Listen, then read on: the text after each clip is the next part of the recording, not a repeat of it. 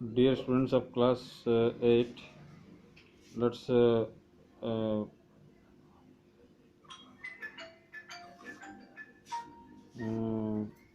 start the new topic of the subject, that is fundamental duties. What is fundamental duties? Up till now we have studied about fundamental rights. अब हम लोग fundamental अधिकार के बारे में पढ़े, तब हम लोग कर्तव्य के बारे में, आधारभूत कर्तव्य के बारे में पढ़ेंगे. Duties are the real source of rights. ये ड्यूटीज कर्तव्य करते हैं तभी हमको राइट मिलता है.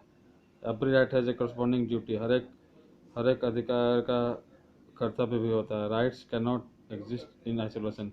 राइट जो है बिना ड्यूटी का नहीं रह सकता. For example, freedom of speech can not be allowed to hurt others feelings और इंसाइट पीपुल टू राइट्स. कहने मतलब यदि हमको फ्रीडम ऑफ स्पीच मिला, राइट है ना हमको फ्रीडम ऑफ स्पीच, बोलने का अधिकार, तो बोलने का अधिकार मतलब ये नहीं कि हम दूसरे को क्षति पहुँचाएं. तो ये हमारा क्या ड्यूटी है ना.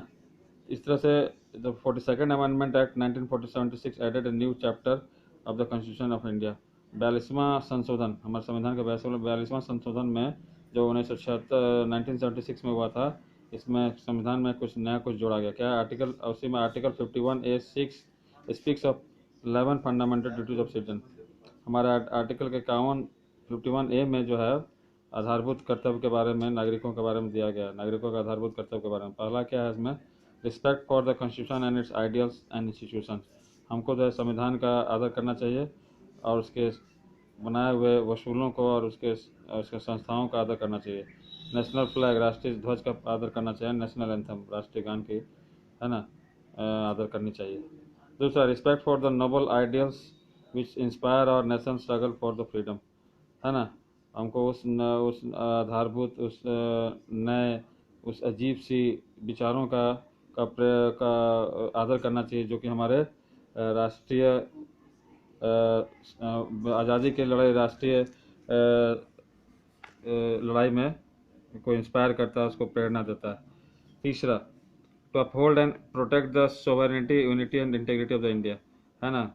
हमारे भारत की सार्वभौमता, उसकी एकता, उसकी इंटीग्रिटी मतलब उसके अक्षुण्णता, कहना मतलब उसके पूरा एक, हमारा इंटीग्रेटेड मतलब पूरा इंटीग्रेटेड होल है, पूरा जो भारत एक है, इसको बचा कर रखना हमारा कर्तव्य है.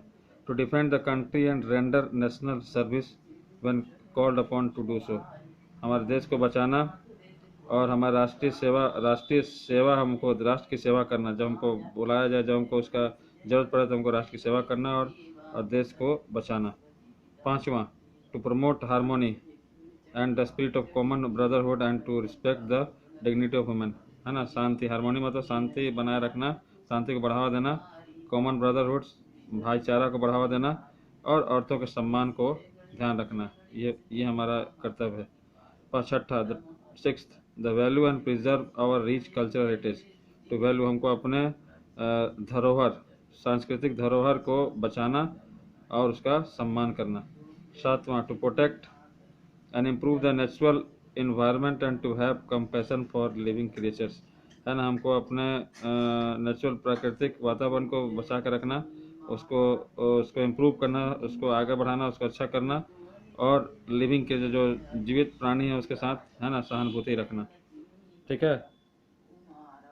8, to develop scientific temper, humanism and the spirit of inquiry and reform, है ना. टू डेवलप साइंटिफिक टेम्पर, है ना, साइंटिफिक वैज्ञानिक विचार रखना, मानवता रखना और स्पिरिट ऑफ इंक्वायरी, हमेशा हमको इंक्वायरी का जो अंदर में जोश भरे रहना, है ना, कुछ बदलाव लाने का सोचते रहना. ये हमारा कर्तव्य है. देश के लिए नयापन लाना, देश को नया करना, देश में कुछ, है ना, वैज्ञानिक सोच रखना, ये हमारा कर्तव्य है. That's the end of today's class. Thank you.